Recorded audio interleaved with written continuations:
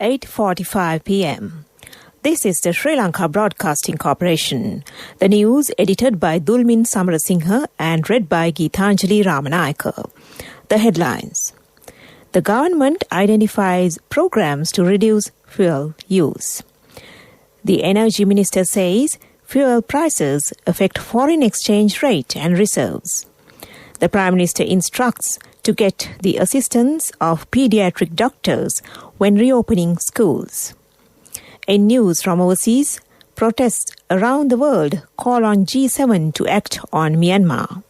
Sports, French Open, Barbara Krejcikova completes rare Roland Garros double. The government has identified that programs to reduce fuel use should be implemented since the country spends a huge amount of foreign exchange to import oil. Electric vehicles should be introduced. Urban environment has been polluted due to using fuel. It is essential to move into environmental-friendly energy sources. The huge cost for fuel incurred by the Electricity Board can be reduced by converting Kalanithissa thermal power plant into a liquefied gas power plant.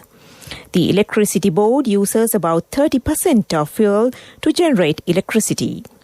The pressure on the people can be reduced by introducing solar power units to homes, schools, hospitals and government buildings. The Cost of Living Committee, which met under the patronage of the President Gotabaya Rajapaksa recently, has paid its attention to methodologies to minimize the use of fuel. Minister Udaya Gammanpila says that local fuel prices are determined according to the price fluctuations in the world market. Value of the dollar also has an impact. The price of fuel was increased according to a decision taken by the Cost of Living Subcommittee.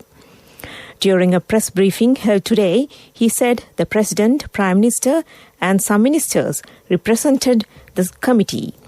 Petroleum Corporation has incurred a loss of 390 billion rupees.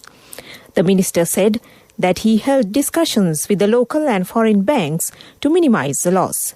Nearly 600 billion rupees of debt of the corporation has had an impact on the banking system.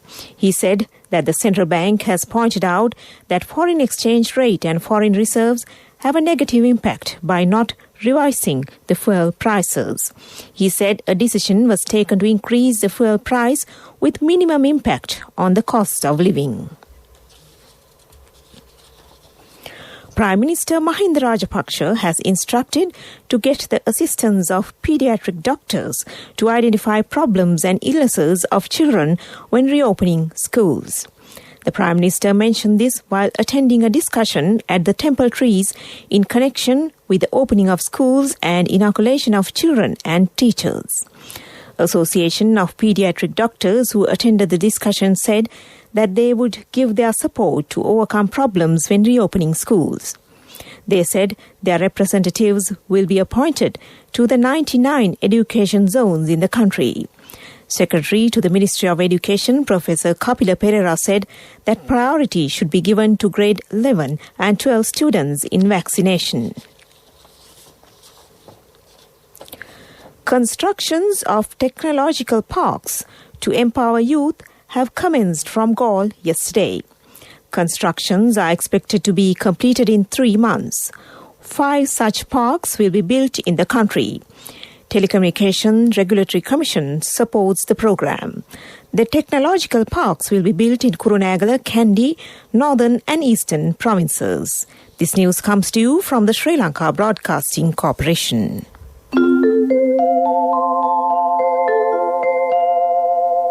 Scan the Lanka QR code and make your payments with People's Pay mobile payment app from People's Bank.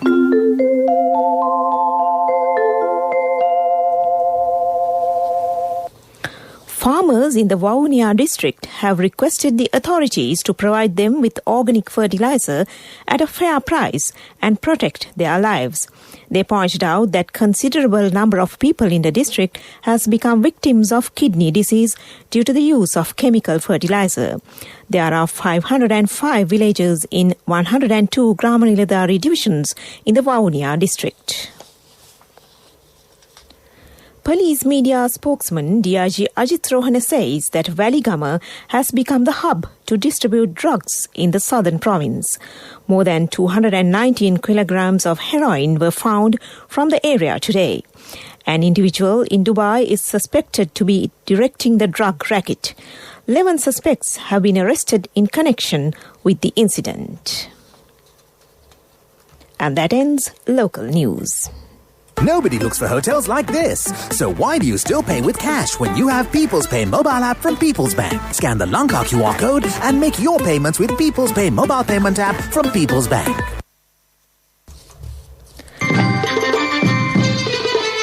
The main news story is brought to you by Siddha Lepa Veda Mahatmya.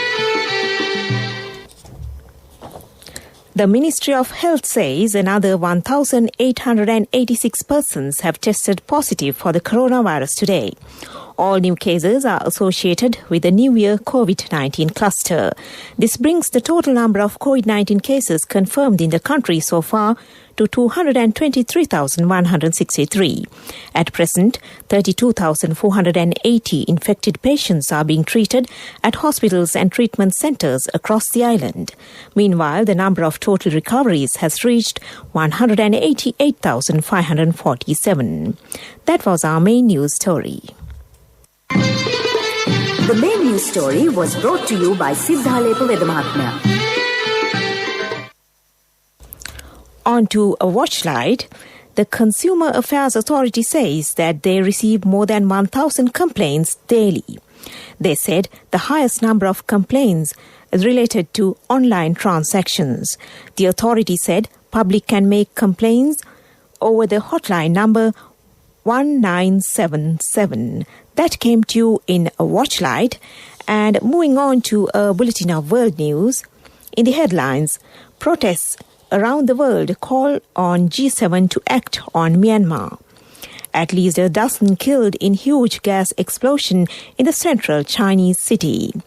Nigeria president vows to fight militant groups. People from Myanmar have held rallies around the world to urge the group of 7 leaders to take action against the military government of Myanmar. Security forces in the country have continued to crack down on citizens since a military coup in February. A human rights group says more than 860 civilians have been killed. Rallies were staged in 21 countries over the weekend to coincide with the G7 summit in Britain. At least 12 people were killed in a huge gas explosion in central China today. The blast took place in the Shangwang district of Xi'an City in Hubei province. Authorities have rescued 138 from the area, including 37 with serious injuries. The city's municipal office initially said many people were trapped after the incident. Images circulating on social media, which appeared to be from the scene, showed rescue workers in orange jumpsuits working through the wreckage of flattened houses. Nigeria's President Muhammadu Buhari acknowledged the increased violence by the armed groups in the northeast of the country and vowed to soon bring some of these culprits to justice. Buhari, who campaigned on a platform to end terrorism and violence by armed groups, has come under increased criticism over continuing deadly attacks in the northeast and southeast that have resulted in an economic and humanitarian crisis. Back to the headlines of the world news. Protests around the world called on G7 to act on Myanmar. At least a dozen killed in huge gas explosion in the central Chinese city. Nigeria's president vows to fight militant groups. And that was world news. Moving on to development news.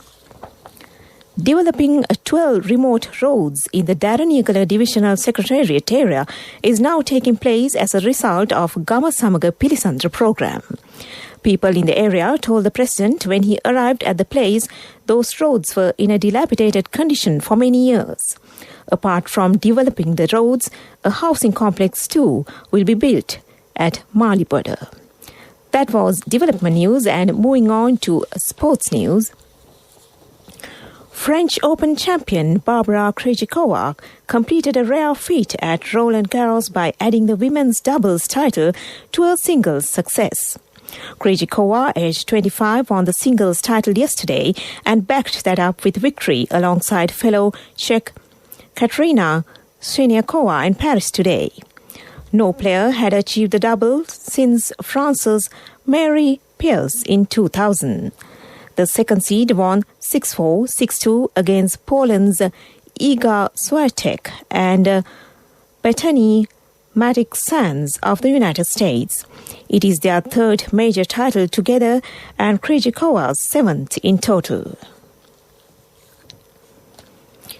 England's dismissal second test defeat was confirmed inside an hour on the fourth morning at Edgbaston, giving New Zealand a 1-0 series win.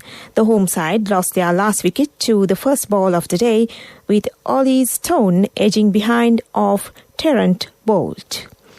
That meant New Zealand had only 38 runs to chase, which they did inside 11 overs to win by 8 wickets. It is England's first home series defeat since 2014, when Sri Lanka won a 2-match series 1-0. That's sports news. Contributory deposit of ₹1,000 from NSB when your child enters grade 1. Open a Hapan Children's Service account for your kid today. Higher interest. Conditions apply. Business News. Sponsored by National Savings Bank. The safest place for your money.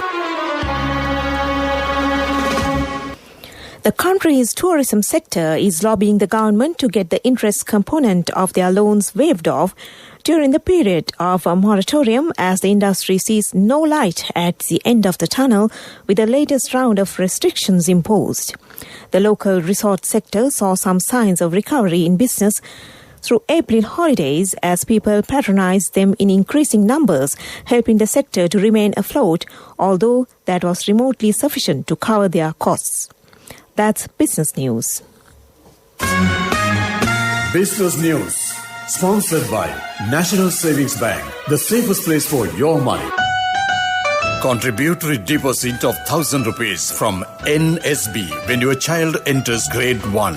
Open a Hapan Children's Service account for your kid today. Higher interest. Conditions apply. In economic news, the government called for greater support for the ongoing port city development, since it's acknowledged to be the key to Sri Lanka getting its macroeconomic fundamentals right. State Minister of Finance, Capital Markets and State Enterprise Reforms, Ajithiwad Cabral, asserted that if Sri Lanka can perfect the port city development project, the nation's macro fundamentals will change rapidly in a highly significant manner. That's economic news. Weather Report was sponsored by Dialogue, in partnership with the Ministry of Education, introduces Nanasa, a trilingual educational mobile app with video-based lessons for grade 1 to A-levels. Now your child can study with ease on your mobile with no subscription fee. The Met Department says showers or thunder showers will occur at times in the central and the Sabragama provinces, and fairly heavy falls, about 50 millimeters, can be expected at some places. Several spells of showers will occur in the western and northwestern provinces and in the Galle and Mathura districts. Wind speed will be 40 kilometers per hour in the western slope of the Central Hills, northern, north central and northwestern provinces, and in the Hambantota and Trincomalee districts. The wind speed can be increased up to 50 kilometers per hour at times in those areas. That's the weather report. Weather Report was sponsored by Dialogue, in partnership with the Ministry of Education, introduces Nanasa, a trilingual educational mobile app with video-based lessons for grade 1 to A-levels. Now your child can study with ease on your mobile with no subscription fee. Back to the headlines. The government identifies programs to reduce fuel use. The Energy Minister says fuel prices affect foreign exchange rate and reserves.